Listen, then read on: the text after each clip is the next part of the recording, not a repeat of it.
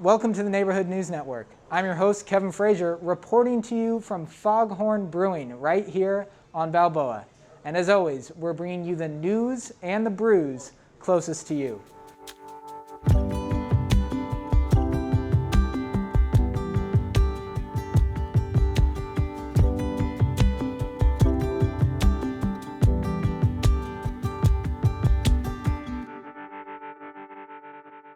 Howdy, everyone. My name is Jeremy Strickland, and for our interviews, we like to explore the intersection of business and public policy. Today, I'm speaking with Owen Hobden, owner of the Plow and the Stars, located in the Richmond district of San Francisco. Owen, welcome. Thank you. How's it going, Jeremy? Going very well. Thank you for taking the time. Owen, can you tell our viewers a little bit about the Plow and the Stars? The Plow was established in 1975, and my family took it over my father did in 1981. And it has been the home of Irish traditional music and many other acts as of late, as Irish music hasn't been as relevant in the city, and we have the best pint of Guinness in the city. That's awesome. I know I love a good pint of Guinness. So obviously COVID has impacted many restaurants, breweries, bars throughout San Francisco. I'd love to dig in a bit deeper there. Can you just kind of give us a high level overview of how COVID has affected the Plow and the Stars, and maybe some of the challenges that you faced? So we shut down, I believe it was on the 15th, I think it's a Sunday. We shut down at 5 in the afternoon. We have been reading up on how to reopen. It looks like it will be reopening in August.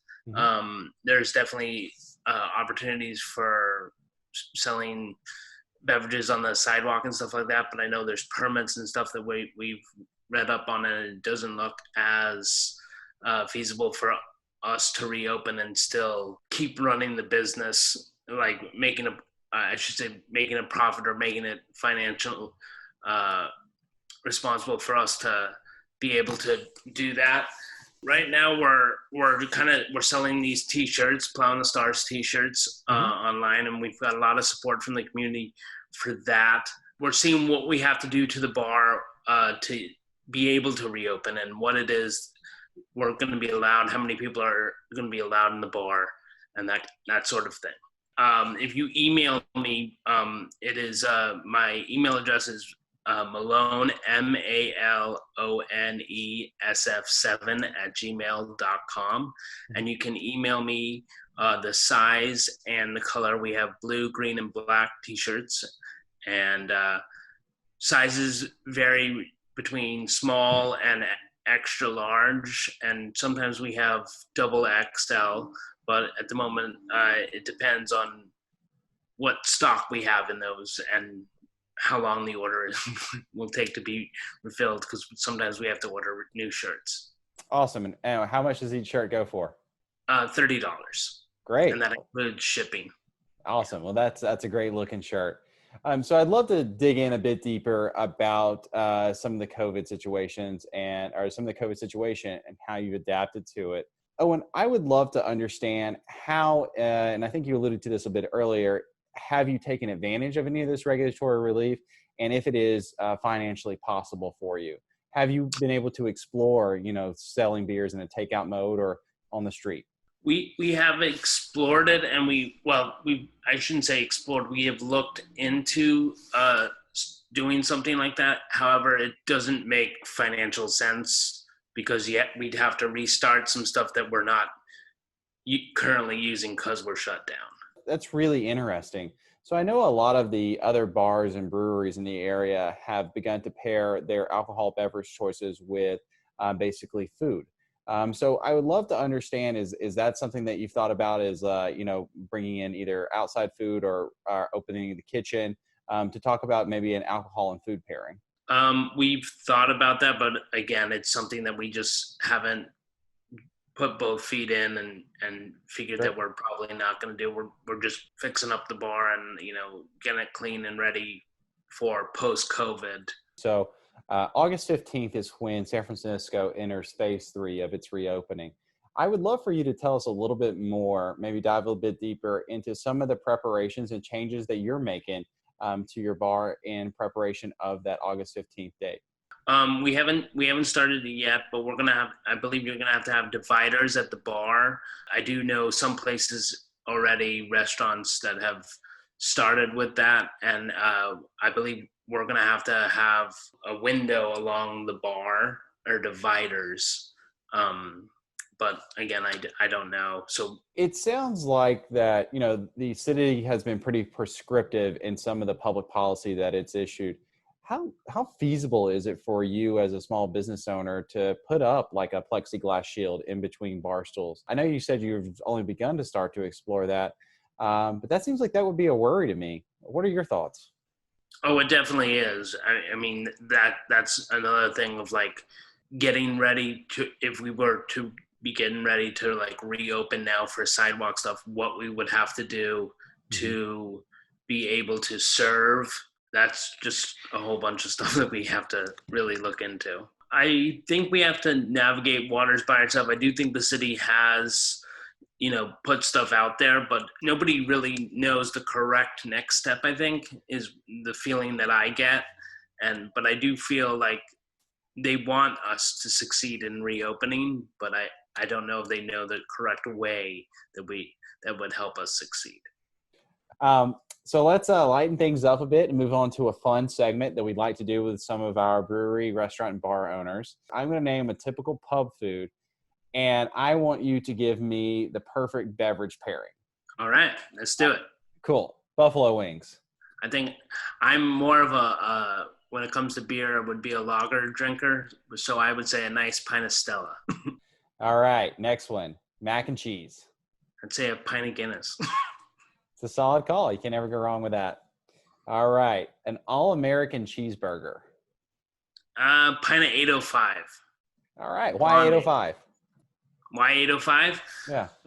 Easy to drink. A burger can sometimes be a little heavy. It's nice to wash it down with something that's light. How about a big plate of nachos? Big plate of nachos. Usually I like to go with like a Mexican beer. I'd say I like Dos Equis. All right. Now this last one, this is a tough one. How about a salad? Ooh, a salad. Something light. I'm going with beer again. I'm going to say Trumer Pills. That's a good one. Well, Owen, thank you for your time today. So we just have one final question for you. I would love to know, how can residents of San Francisco continue to support the Plow and the Stars in the upcoming days and weeks? They can follow us on social media with our Facebook and Instagram pages, and look for if they are able to purchase a T-shirt that believe it or not, it goes a long way. And we're also starting to sell hoodies. So just, and as well, we're trying to make it relevant. I run a trivia night on Monday nights at 7:30. And so just trying to keep the community together. Anybody's welcome. I run it through Zoom, and you can find the link on our Facebook page. Awesome. Well, that sounds great. I know that next Monday night, I'll join you for trivia night. I love doing that. So thank you for your time today. That's good. Thank you very much. For an update on how to keep the city's outdoors accessible, safe, and available to all, let's go to our City Hall correspondent, Joel Engardio. Welcome back, Joel. Great to be here. Joel, you've been squaring in on a specific triangle of San Francisco. Can you tell us more about why this Triangle Park is so important? Well, Triangle Park is one of many hidden gems throughout the city, these little mini parks that have been forgotten and ignored and neglected for years and years. And it's on the west side, and it's literally a triangle bordered by three streets. But what's important about it is that we're in this social distancing pandemic era, and everyone needs every patch of land that they can possibly find. We live in a city with nearly 900,000 people. If we need to exercise safely, walk a dog, or just sit out in the fresh air, we need space, right? We have parks, we have big parks that we all know about, but these little tiny neighborhood patches are actually more important than ever for that reason. Problem is, they've been so neglected over the years that they're not really usable. They're wasted space. They have waist-high weeds and trash, and they're unsafe, and all of these things that people can't use them. And so Triangle Park, all the neighbors are getting together and saying, hey, we need to activate this space for our own well-being and just for everyone in the city who happens to be in the area. And so they've been working, over the years, trying to activate it with no avail, because it's kind of the lowest priority at City Hall. And what I'm saying is that it should be at the top of the priority right now at City Hall. And I know that we're going through a lot of problems, right? $2.5 billion deficit, dealing with the pandemic. I mean, you name it, we're dealing with it. But what's interesting to note is that a little park, just focusing on the basic, just cutting the weeds, could actually be something that can make a difference when everything else seems insurmountable. Even though we have to cut the budget, we can still afford to cut some weeds. Well said from our City Hall correspondent. So, Joel, thinking about the average neighbor out there in some corner of the woods in San Francisco, can they just go out and start, as you said, trimming the weeds and taking care of their own patch of San Francisco? Are there any barriers that folks should know about and be concerned about? Well, it's already happening. There's another area not far from Triangle Park, and a 76-year-old resident is out there weeding it herself. So what I'd like to say to City Hall is that we should not be relying on the volunteer labor of our senior citizens to weed these mini parks. And so, but people they're just tired of it. It's ugly. They want to use it. So they're out there weeding themselves. I would recommend that people contact your local supervisor and try to get some action to, get Department of Public Works out there to do the weeding. And, the more of the people who speak up, then hopefully City Hall will listen. Well, Joel, you've certainly piqued my interest in what's your favorite park in our beautiful city? Well, my favorite open area space, I don't know if it's technically a park, although there are parts of it that are a park, but it's all of the area surrounding Lake Merced. And a lot of people don't venture out too far on the west side usually, but Lake Merced is this beautiful area. It's literally a lake in the city of San Francisco, just bordering the ocean. It's not too far from Fort Funston, and it has beautiful, it's about 4.5 miles around, and beautiful running and walking and jogging paths. And it's just a wonderful place to be and spend time. Well, thanks so much, Joel. We're honored to have you as our City Hall correspondent and look forward to hearing from you next episode. Thank you. Now it's time for a check-in on our November election. We're thrilled to have Marjan Filhauer on the program. Born in the district, Marjan is a candidate for District 1 Supervisor. Welcome, Marjan. Thank you. Thank you for having me. Of course. Well, Marjan, can you tell us a little bit more about some of the major issues you're hoping to address as a supervisor? Yes, I always talked about making our neighborhood a neighborhood where families and working people can thrive.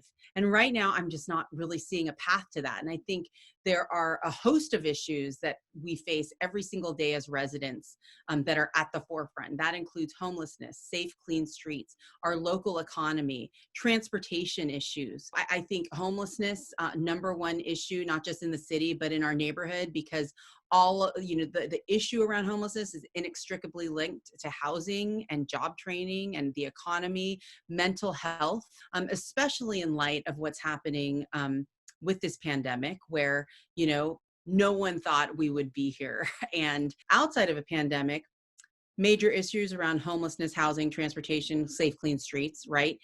Real kind of everyday issues in our neighborhood. And then through the lens of this pandemic, really looking at how we can rebuild together and what this means for the future and this budget deficit that we're facing, and what that means about resources and consolidating resources where there are duplicative services. And I think that's going to require some real hands-on leadership in our neighborhoods, and that's why I'm running. Well, Marjan, I know I speak for all of District 1 residents when I say thank you for volunteering and stepping in during this very difficult time. I'm not the only one wondering, what's it like to be campaigning via Zoom and not being able to do these traditional door knocking activities and kind of the town halls and rallies you normally see in a campaign? Well, so we launched our campaign. It just so happened we had planned to launch our campaign, and we had plans for a big rally and, going door to door, going to the farmers market. And it just so happened the date of our campaign launch fell the day after the first full day of shelter in place. And, for me, I even, did a short video online talking about normally there'd be a lot of fanfare. Normally there would be this kind of optimism about what could be. For me, I had to do a lot of introspection and, really get back to basics about why I'm running. I'm running because I want to help people. From day one, I was calling, our volunteers were calling seniors, individuals with disabilities, just everyday residents, and asking them, what can we do to help? For at least the first 2 months of this campaign, especially given everything that we were learning about the virus, our sole focus was on availing neighbors of resources in our neighborhood and sharing with them that we're here to help. And so my time was spent actually at the grocery store a lot and delivering groceries and picking up prescriptions for neighbors. But I got to tell you, despite the crisis and despite the uncertainty that we were all living together, being able to be of service and focusing the campaign around that service was incredibly meaningful. And we still, things have gotten a little more political now, but, we still strive to focus our campaign on service, on collaboration, on transparency, and a holistic kind of neighborhood conversation, because that's how I would govern as supervisor. Wonderful. Well, thank you to your volunteers for helping Yeah. keep our community members connected. And Yeah. going off of that idea of rallying the community and getting conversations going, can you tell us a little bit more about your recently announced neighborhood summit? Oh, of course. Well, so, as a candidate, we get asked a lot of questions. If this happened, what would you do? Where do you stand on this, right? And I think the basis behind those questions is people try to figure out, like, do I agree with this person, right? And, I got to tell you, we're not going to agree on everything all the time. Like, even my husband and I don't agree on everything all the time. But what we do have is a shared commitment to our family. And in this case, a shared commitment to the neighborhood. And I think sometimes when we get a lot of these questions from folks, what they really want to know is, what is your process? There are thousands of neighbors in the Richmond, and they all are invested in our neighborhood. And what we need to do better is bring those voices together. And so that's where we came up with the idea of a neighborhood summit, where neighbors can run their own working groups around issues. And these are, we've gotten a tremendous response. And these are the neighbors who may not agree on everything. They may not even agree with me. I've always said, if you agree, if you like what I say, join the summit. And if you don't like what I say, join the summit, because we need your voice. And we're hoping through this working group process, we will be able to culminate that work at a neighborhood summit in September, where we as neighbors together will present a blueprint for what we believe should be the direction of our neighborhood. And that's a plan that we could present to our leaders at City Hall and say, look, this is what we have come up with by coming together, by working out our differences, and a shared commitment to move forward. So it's votemarjan.com/neighborhood summit. Finally, to close out, are there any organizations or opportunities for our community members to get involved with now that you'd recommend? Yeah, I think one thing that we've tried to do in our campaign, and we do have a resources page on our website, is we've tried to list a comprehensive list of ways to get involved and resources for neighbors. Getting in touch with your local merchants association. I'm a co-founder of the Balboa Village Merchants Association, and we work with merchants across the neighborhood and have recently come together to start the Richmond District Merchants Cooperative, connecting with local businesses around, so many of our businesses are turning to service as well, and food donations, and really trying to kind of use their strengths to give back to the community. The neighborhoods are going to be where the heart and soul of this city reside, right? And so I think that connecting, whether it's organizations like Richmond Neighborhood Center or your local merchants association, to really kind of get in on that intersectionality and the multidimensionality of how these businesses and organizations are working, I think that's a really great place to start. Well, thank you so much, Marjan. It was great to have you on the Neighborhood News Network. Thank you. Thank you for having me. Thanks again for watching the Neighborhood News Network. I'm your host, Kevin Frazier, and as always, remember, we're bringing you news by neighbors, for neighbors. So let us know what stories we should share next. Have a good one.